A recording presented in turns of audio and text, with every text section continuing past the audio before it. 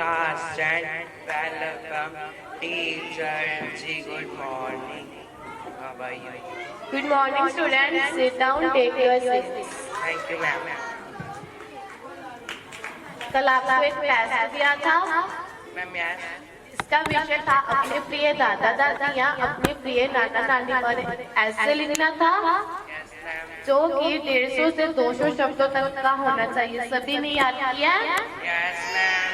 और एक बात का ध्यान रखना है कि यह किसी बुक गाइड या मोबाइल से देखकर नहीं करना है। यह जो आप अपने दादा दादी को देखकर महसूस करते हो या सोचते हो सिर्फ सत्य घटना पर आधारित होना चाहिए। Okay, ma'am.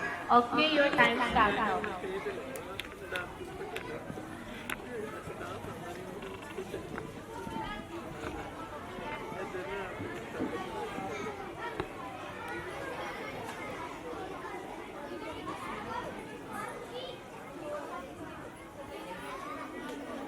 Stroke writing time is over.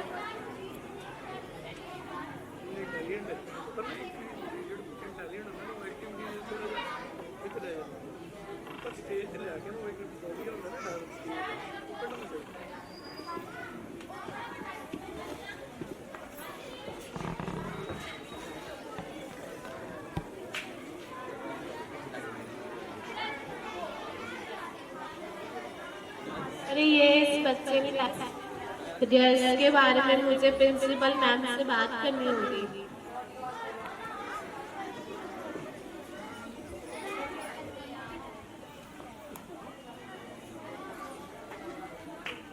यही कहीं मैम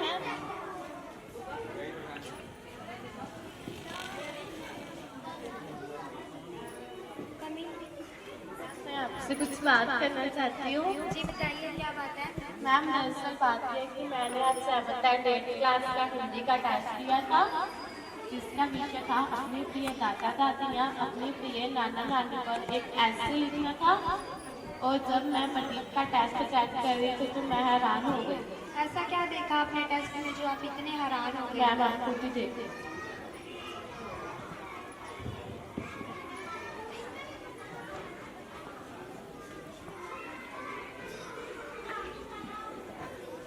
मेरा नाम प्रदीप है।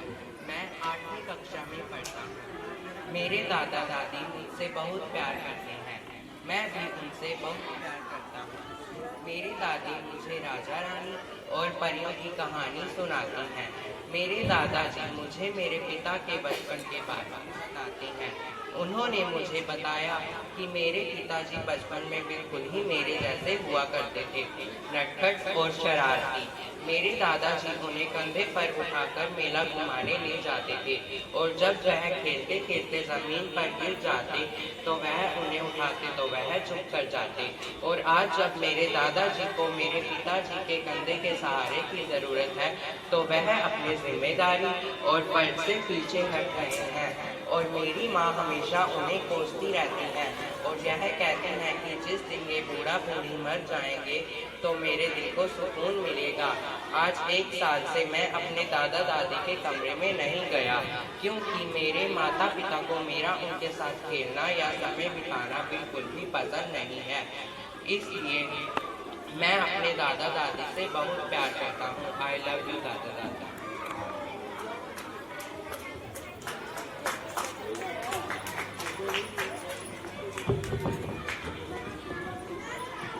ये क्या, इस बच्चे ने क्या लिखा है? 7th क्लास में से प्रदीप को बुला के लाओ। कमिंग।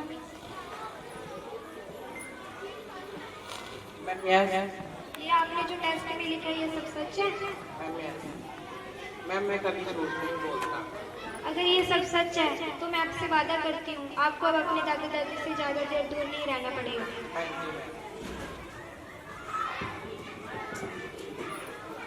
आप प्रदीप के पापा को फ़ोन करके बुलाओ और उन्हें बोलो कि मेरे साथ मिले आके स्कूल में। ओके मैम, मैं आती हूँ।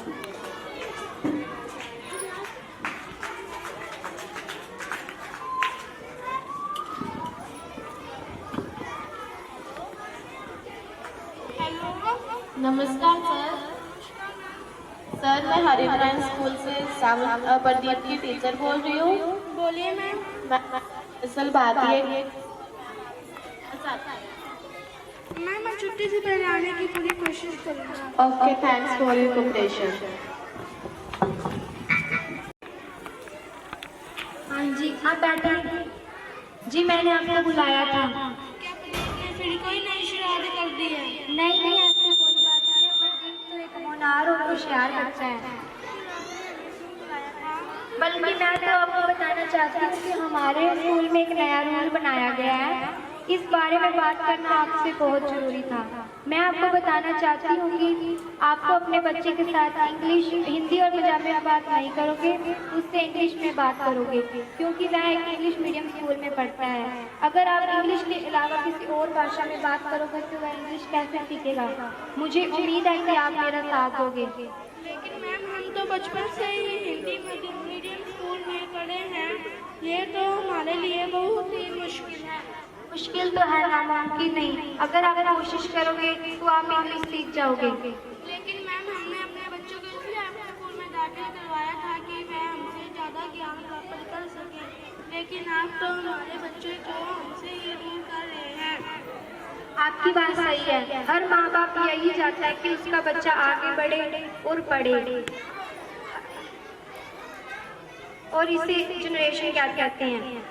आज मैंने इसी बात पर ही आपसे बात करनी थी। आज हमने 7th और 8th क्लास के बच्चों का टेस्ट दिया था, जिसमें प्रदीप का टेस्ट देख के हम तो हैरान ही रह गए। ऐसे क्या लिख दिया प्रदीप? आप खुद ही देख लीजिए।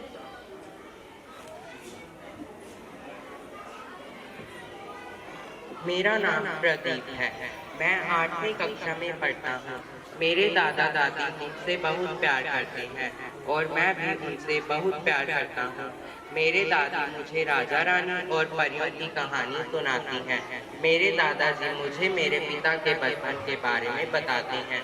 उन्होंने मुझे बताया कि वह उन्हें कंधे पर उठाकर मेला घुमाने ले जाते थे और आज जब मेरे दादाजी को मेरे पिता के कंधे के सहारे की जरूरत है तो वह अपनी जिम्मेदारी और फर्ज से पीछे हट रहे हैं और मेरी माँ हमेशा उन्हें कोसती रहती हैं और यह कहती हैं कि जिस दिन ये बूढ़ा बूढ़ी मर जाएंगे तो मेरे दिल को सुकून मिलेगा। और आज 1 साल से मैं अपने दादा दादी के कमरे में नहीं गया क्योंकि मेरा उनके साथ खेलना या समय बिताना मेरे माता पिता को बिल्कुल भी पसंद नहीं है। मैं अपने दादा दादी से बहुत प्यार करता हूँ और उनके बिना नहीं रह सकता। आई लव यू दादा दादा।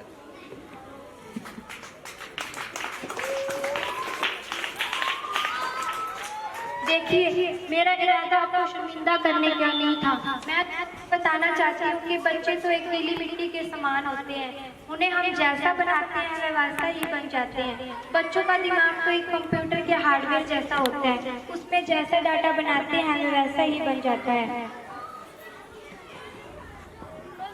बस कीजिए मैम, मुझे आपकी बात समझा चुकी हैं। आज के बाद मैं अपने बच्चों को कभी भी दादा दादी के कमरे में जाने के लिए मना नहीं करूँगा और ये मेरा आपसे पक्का वादा है।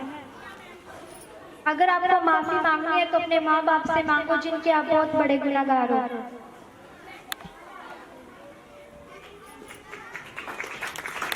Moral: respect your parents.